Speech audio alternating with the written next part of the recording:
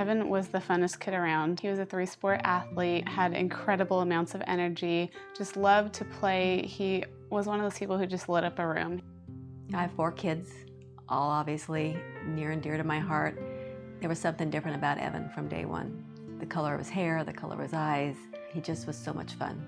He was so happy, so fun, always just the kindest kid, always trying to get everyone else involved in playing. Just a joy to have in your life. Boy, in his 9, almost 10 years, he packed a lot of life into it, and people absolutely adored him.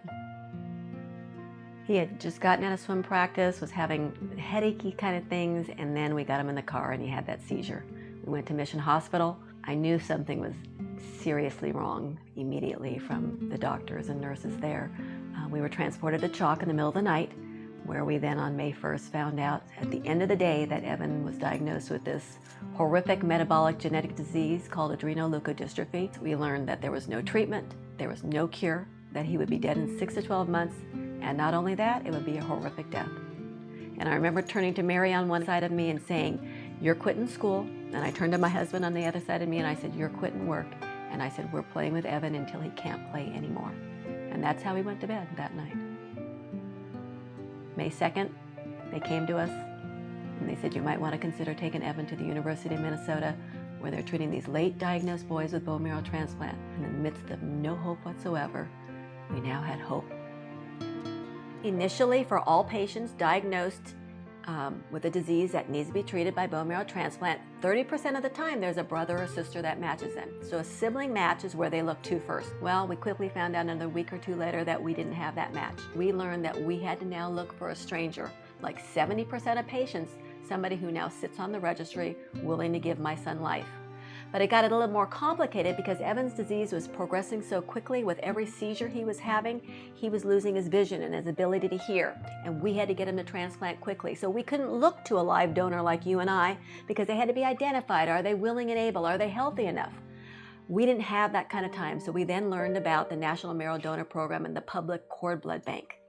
And 1 week later, we got notice that we had 2 matches for Evan. We, thought that this terminal diagnosis maybe wasn't so terminal. And my mom and I went out to Minnesota with Evan for 6 months. He got 10 days of chemo and radiation. And on June 27, 2007, he got those cord bloods infused into his system in a simple blood donation. And the transplant was a success. It stopped the progression of his disease and it looked like we were gonna, get out of this okay. Unfortunately, because of the bone marrow transplant, his immune system was compromised and he ended up getting a secondary infection that took his life. I went to Minnesota on the Fight for Evan, Stop ALD campaign. And when I flew home on his birthday without him, I didn't know what kind of campaign I was on.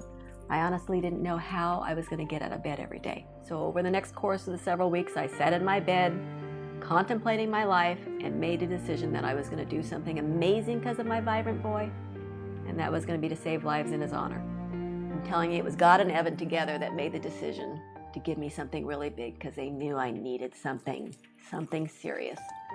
And it kind of all came to fruition very slowly. My husband one day said, "Well, what about being here to become a donor?" And I said, "That's it." And initially I knew, what that was going to look like because I had to raise awareness to the National Marrow Donor Program and the Be the Match Registry. But things got building and I thought, well, wait a minute. How do I talk about these things and not talk about that cord blood that saved his life? And then, what about the blood donation, the dozens of blood transfusions he needed during transplant that saved his life? And we all have the potential to need blood in our lifetime. And then, what about that pink dot that I've had on my license since I was 16 years old? Because of Evan and because of the journey our family's been on, I want to make sure that everyone has hope. While Evan was being treated at the University of Minnesota, we were able to stay at the local Ronald McDonald House. While we were there, I always saw a little boy wandering around the kitchen. He had to be about 1.5 at the time, and didn't really know his story. I knew that he had a nose tube, so he was obviously the patient of the family, but didn't know what it was. And it wasn't until the end of our time in Minnesota with Evan that I actually found out that his name was Dominic Lawson, and he had been born at 28 weeks of pregnancy with poorly functioning kidneys. A year after his birth, his mother donated her kidney to him, and unfortunately, 3 weeks later, he rejected her kidney. And because of that, he was 1 year old, living without kidneys, and had antibodies so that only 3% of the country would be eligible to donate to him. 3% of the nation, and they told his family that they did not feel that he would be able to survive dialysis long enough to find that match through Donate Life? As soon as I found all of this out, I emailed his mom and said, I want to get involved. I have no idea what it means to donate your kidney or how you go about that, but I'd love to get some information. And her initial reaction was obviously gratitude, but she told me that I needed to wait and I needed to grieve my brother, which is incredibly selfless of her to be able to say, considering her situation at the time. So I did that, and 3 months later I got tested, and a week later I got the call, Mary, you're completely compatible. You're as perfect a match as a twin would have been. And I was in shock. I was like, oh my gosh. And she's like, yeah, oh my gosh is right. It's incredible. I didn't second guess once I'd made up my mind on it. It seems like such an easy way to honor Evan. And I saw the Lawsons every day, and I knew that they were searching for this donor, just like we'd been searching for a donor for Evan's transplant. And I knew that I could be a match for him, and it was a no-brainer. I have the opportunity to stop this family from going through what we're going through. If this was not put in front of us for a reason, I can't tell you why it was put in front of us. Obviously, that Mary was the one. And that how do you say, no way can you donate? We already lost one child. I could have easily done it. I knew there was no risk to her. I knew that they were going to make sure that she was going to be fine. And I knew that because of Evan and our journey, that we learned that we could give life. And here was our first opportunity to save life, with Mary giving her kidney to Dominic. I flew out to Minnesota, and on May 21st, I went to the transplant center and was able to see Dominic and his family a little bit before they brought me into surgery, which was just amazing to see him and tell him I loved him and how excited I was to do this for him. And 5 hours later, I woke up. I was actually able to see Dominic the day after my surgery, and he was recovering faster than I was totally sitting up in bed playing, wanting to drink and eat. Because he was so little, my kidney actually bulged a little bit out of his stomach, and the doctor just placed my hand and I could feel the outline of this gift that I had given to him, which was incredible. Our logo is the recycle logo, but it's bodies. That's why we call it Recycle Guys.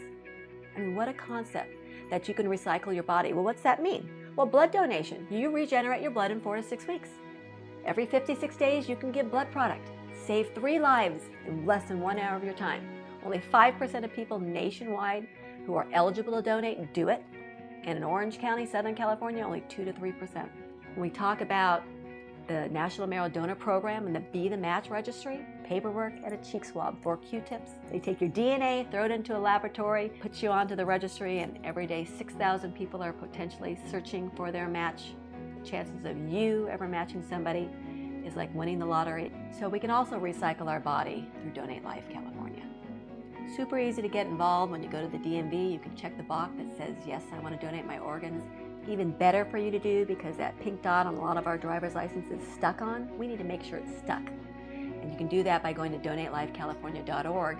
And in 2 minutes, literally, you can make the decision to give everything, to only give some things, whatever is best for you. And then you're able to email your loved ones so that they know and that they realize that in the midst of their own family's agony, that they are going to prevent other families from suffering the way they did.